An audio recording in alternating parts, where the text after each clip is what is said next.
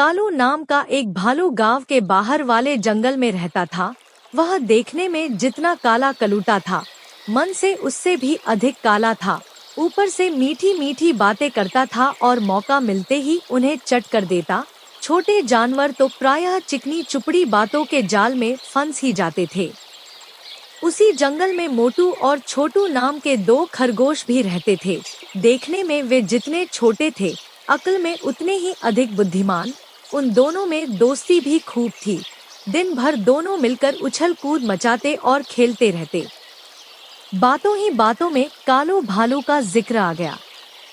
सच मोटू, इस कालू के बच्चे ने तो छोटे जानवरों का जीना हराम कर दिया है। वह रोज ही किसी न किसी को अपने जाल में फंसा ही लेता है।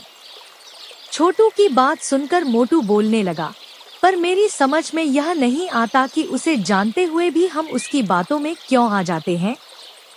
तुम्हारी बात तो ठीक है मोटू, पर अपने साथियों के बचाव के लिए हमें कुछ न कुछ तो करना ही चाहिए। लेकिन छोटू, हम कर भी क्या सकते हैं? हमें उस भालू को ऐसा सबक सिखाना चाहिए कि वह जीवन भर याद करे। छोटू की बात पर मोटू कुछ सोचते हुए बोला, तुम कहते हो तो जरूर कुछ न कुछ करेंगे। इसके बाद दोनों मित्र छलांगे लगाते हुए चले गए।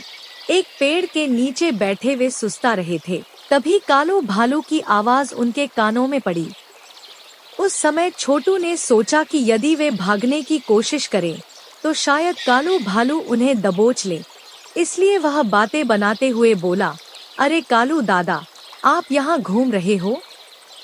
वहाँ गुफा में विचित्र जीव देखने नहीं गए? विचित्र जीव?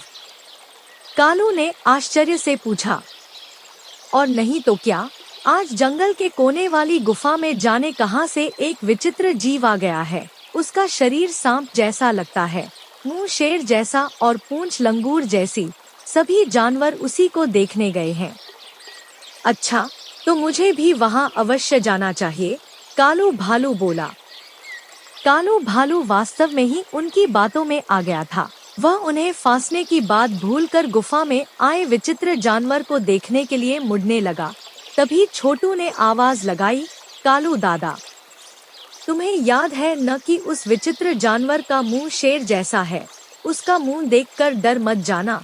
आप ध्यान से गुफा में घुसकर उसे अच्छी तरह से देखना, बड़ा आनंद आएगा आपको। छोटू की बात सुनकर कालू अकड़ते हुए बोला, शेर का मुंह तो क्या, वह असली शेर भी हुआ तो मैं डरने वाला नहीं।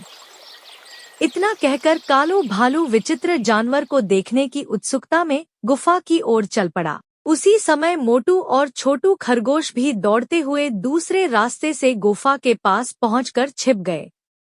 थोड़ी देर बाद कालू भालू गुफा के पास आया और इधर उधर झांककर गुफा के अंदर जाने लगा। सामने ही शेर का मुंह देखकर वह मन ही मन सोचने लगा कि वास्तव में ही वह विचित्र जानवर होगा। बिना किसी झिझक के वह अंदर जाने लगा। कुछ ही क्षणों बाद कालू भालू गिरता पड़ता गुफा से बाहर की ओर दौड़ता आ रहा था। बेचारे के शरीर पर कई जगह गहरे घाव हो गए थे। कहो कालू दादा, देख लिया विचित्र जानवर? छोटू ने पूछा तो मोटू भी बोल पड़ा, अब तक तो तुम बातों में फंसाकर छोटे जानवरों को मारते थे, आज तुम खुद भी बातों के जाल में फंस ही गए। कालू भालू की दोनों टांगे इतनी बुरी तरह घायल हो गई थी कि अब वह ठीक से चलने लायक भी नहीं रहा था। असल में जंगल के कोने वाली गुफा में कुछ समय पहले ही एक शेर रहने लगा था। कालू भालू को इसकी जानकारी नहीं थी। उसी का लाभ उठाकर मोटू और छोटू खरगोश ने उसे यह सबक सिखाने की सोची थी।